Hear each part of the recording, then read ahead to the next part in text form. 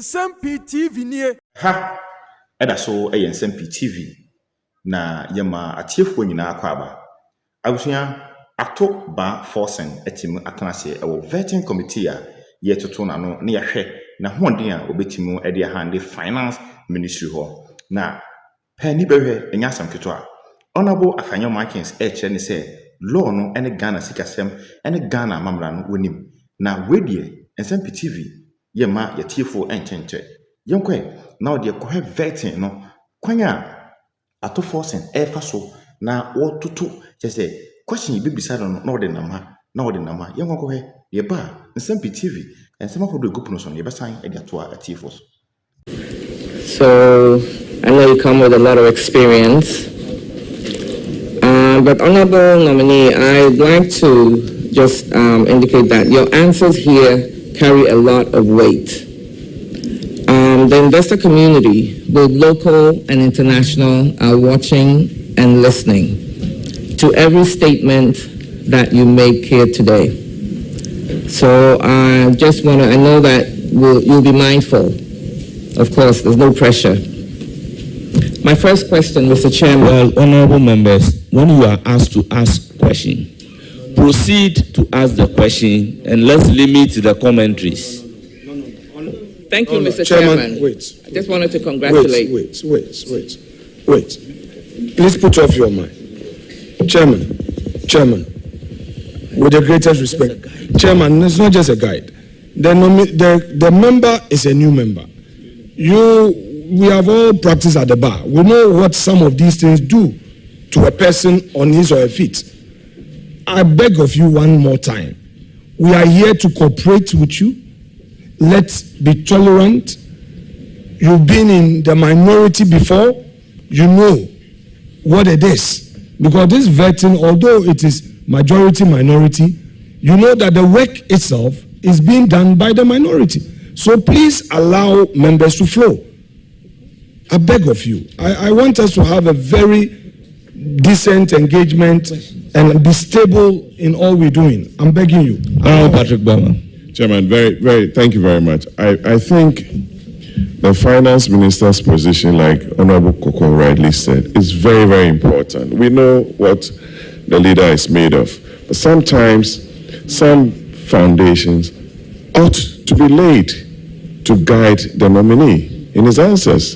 Because she said the investor community, both locally and internationally, will be watching and listening. And these are very important partners in our growth program. So if she's going to ask a question that the investor community will be interested in, please, she ought to be given the opportunity to lay some foundation to the question. It doesn't hurt anybody. Thank you. Chairman, I just want to appeal to all colleagues, especially the respected minority leader. I have been around this table and I saw when Honorable Ato Forson was the ranking and Honorable Joe Wise was the chair. What I saw was I didn't see Honorable Ato Forson trying to be co-chair. At the moment, so far, people watching might think you are a co-chair. So I'm just appealing to you. Your role in this is very important, without a doubt. It's very important. So for the viewing public, we'll just plead that the two of you should manage such that the interaction between the two of you does not appear as if there's a struggle for power. So I don't have much to say that. We have started well, but if possible, let there be one chair which we all defer to, and then we can make progress. So we will. Thank you, Mr. Chairman. All members, we had a preliminary meeting, and we agreed on the roadmap. Therefore, I will not be happy where the committee will resume work and will be denigrating. So, honourable members, ask a question. Please, proceed to ask your question. Thank you, Mr. Chairman. As I've taken, I notified you. Chairman, the ranking cannot interject anytime you speak. It's completely out of order. You cannot interject anytime the chairman speaks. You are not the chairman of this committee. Chairman, thank you very much. I tapped you for your leave, and I didn't just get up to make an input. Chairman, also with the greatest respect to you, in all humility, please, this situation where you are more or less directing the member, please, I will not co-chair with you. I know my position. I'm the ranking. Would appreciate so that the nominee himself will also appreciate the question. So I am pleading with you. I would not co-chair with you. I have cooperated with you thus far. I will not stand in your way. We are in this together. But utmost respect to you. Please. Thank you very much. Please proceed to ask your question. Thank you, Mr. Chairman. Honorable nominee, you're on record. Additional financing from the IMF. What proposal do you intend to present to the IMF? I did not say I am going to request for additional financing from the IMF. Inaccurate. What I said was we could request for additional finances if the need arises. Thank you. Thank you very much. Next question.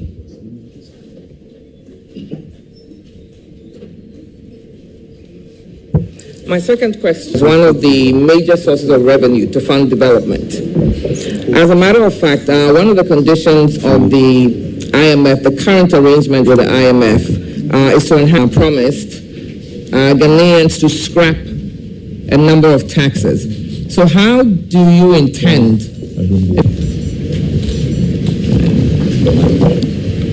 Nominee, the floor is yours. Mr. Chairman, thank you. And Mr. Chairman, let me say it's an excellent question. Mr. Chairman, Ghana currently collects approximately 13.8% of GDP in terms of tax revenue. According to that, we can do out mention a word, access, before you rake in revenue. We have the handles. What we need to do is to improve compliance. I will work with the JRA, the tax policy unit of the Ministry of Finance, to ensure that in the medium term, it is my vision, when approved, to increase the revenue from 13.8, tax revenue from 13.8% of GDP. Potentials are out there. It doesn't that we are going to scrap certain tax. And what it should. For example, scrapping 50 million Ghana cedis will not mean anything in a way that will affect the imposition of such a tax. And so I believe that scrapping such a tax will not necessarily affect the forward march of the Ghanaian economy. Thank you. Thank you very much. Your last question. Thank you, Mr. Chairman. Historically, the private sector still complain of differently. What are you going to do differently to ensure the private sector? Thank you. I said this because if the country look at the T-bill market today, every single week we roll over 111 billion Ghana cedis. And if you were to roll over 111 billion Ghana, that interest rates sometimes immediately work to bring inflation down. And then also working in such a way that we can stabilize inflation, stabilize the exchange rate, and create jobs. Until we do such a thing, certainly the concerns you've raised will still be there, and the waste. And if you cut the waste, certainly you'll be able to, you will not be able to, you will certainly go to the market in a careful way, that you will not be borrowing as much as you are, in a way that interest rate will. One follow-up question. You said in a response to our respected colleague's question about tax revenue that I did not say that. I just want you to clarify the point then. I said we do not necessarily have. How do you juxtapose that within the context of your previous position, tax policy by the previous government, where the whole intent was to you held a position strongly against that incentive, that taxes be necessarily imposed that are imported for manufacturing in the country and all others. How do you juxtapose that? Mr. Chairman, Ayerga is on point of order. Mr. Speaker, Mr. Chairman, the nominee did not say that taxes should not be imposed on raw materials. The issue was whether or not taxes already imposed should be received or exempted by this House. So let's communicate accurately. Thank you very much, sir. Well known. I do not intend to hide from that, and I won't hide from that. Mr. Chairman, tax exemption is gradually becoming a major source of tax expenditure in our fiscal framework. Unfortunately, it's not properly targeted, and so you see a situation where we exempt huge volumes of our taxes to particular companies. At the same time, because we are exempting those taxes, we end up increasing this tax rate for so many other people to pay. I believe everyone else must be given the opportunity to pay taxes. My concern, particularly with the one that you are making, I do not believe that certain individuals must be privileged enough to get tax exemptions, whilst others doing the same should not be given the opportunity to. Exemption for 1D, 1F. They should put main concern, particularly my criticism against the 1D, 1F, has to do with the opaque manner that it has been done in the past. And I still stand by that. If the government, or if this current government still believes that tax exemption in the law, let everyone benefit from it. But don't pick and choose and decide who should benefit from such a tax exemption. I think it's wrong, and taxation must be fair. Thank you. Thank you very much. Your last follow-up question. Chairman, thank you. Leader, I'm making this point as a result of what you just said. But for the records, and Honorable Yabuama is here, he chaired the committee. You may recall that as a result of those concerns, government at the time was able to meet those concerns to the extent that there was even a waiver on one item, raw materials, of the whole exemption. And would you say that it was purely political because those concerns were addressed? But you see, when these taxes were introduced, tax exemptions were introduced to us in this House, initially we were called upon to exempt approximately $458 million. Upon my insistence, the Minister of Finance went back to working together with the Minister for Trade and brought it down to about $100 million, $400 million. About 350, there was the need for us to do more. And that 100 million, I could still see things that I disagree. And so, Mr. Chairman, I have no regrets, and I think I have to grant some of those, not champion this alone. Let me also use this platform to pay tribute to Honorable Kweku Kwati. Honorable Kweku Kwati was instrumental. If we can save 558 million, look at Accra Kumasi Road. We could use that money to fix the Accra Kumasi Road. I think it wasn't necessary for us to approve that tax, and those concerned, it's not personal, it's not political, but we did it with the right intention, obviously for God and country. Thank you. Thank you very much. It's now the turn of Honorable Foku Junibua.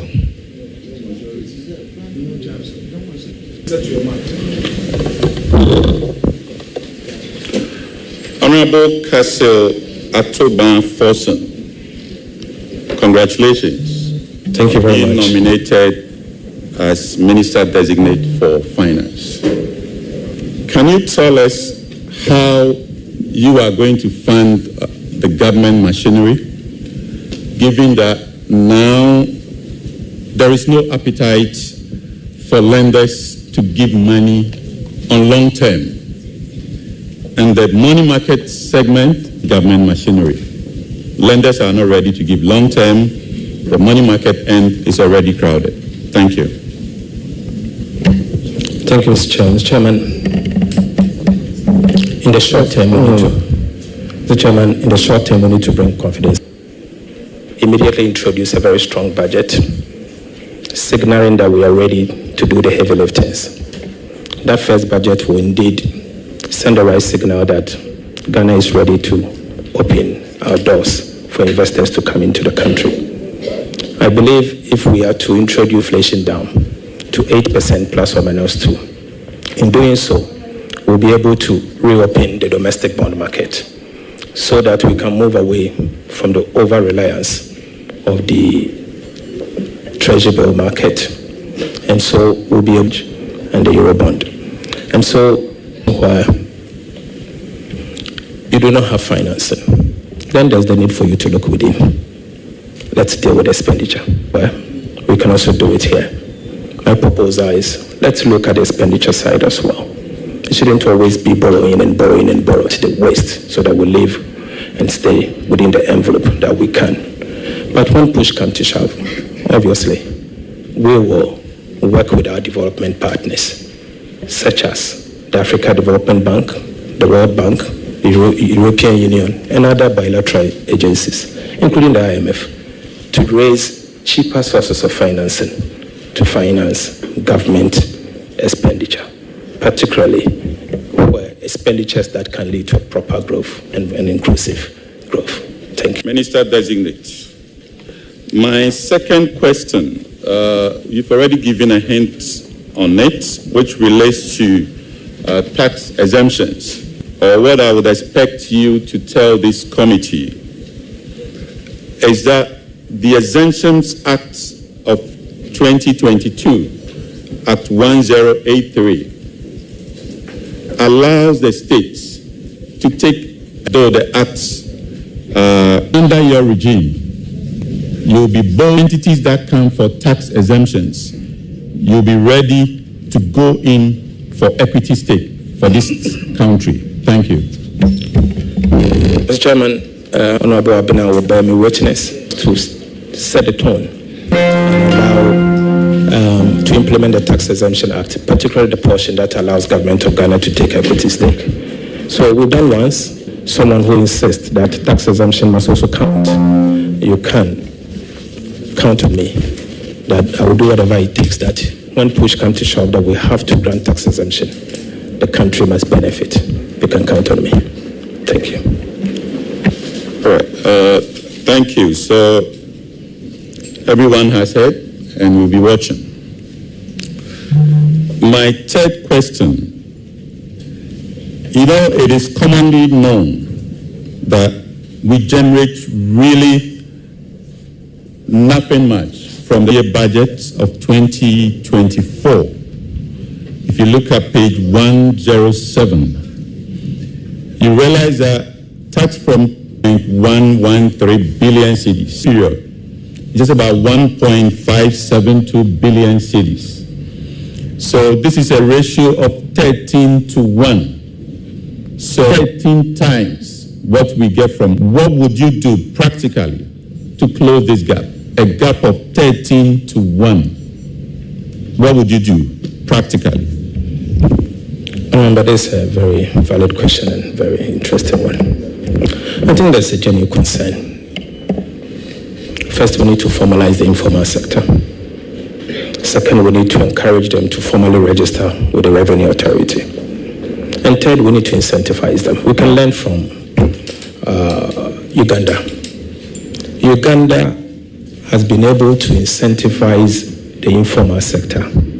And as such, they are collecting more taxes. From the Uganda date was to agree through tax education that a percentage of whatever you pay will be used as your pension contribution, even as the informal sector. And so my proposal is, why can't we scheme where you will plow back, let's say 30%. It doesn't mean quote me for 30%. Let's say 30% of your pension scheme, of which you benefit when you go on retirement. These are options. And we have to learn from best practices. Let's see what has been done elsewhere to formalize the informal sector and to incentivize them to pay. The options are there.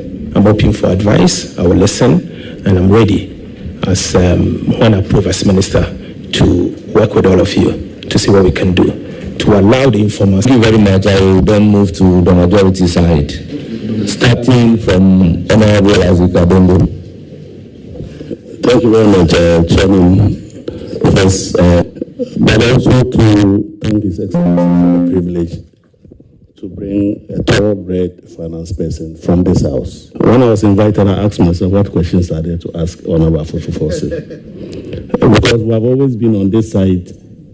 All I can say is a commentary and go straight to the question. I believe that my colleagues are better placed because I know your quality and what you bring up.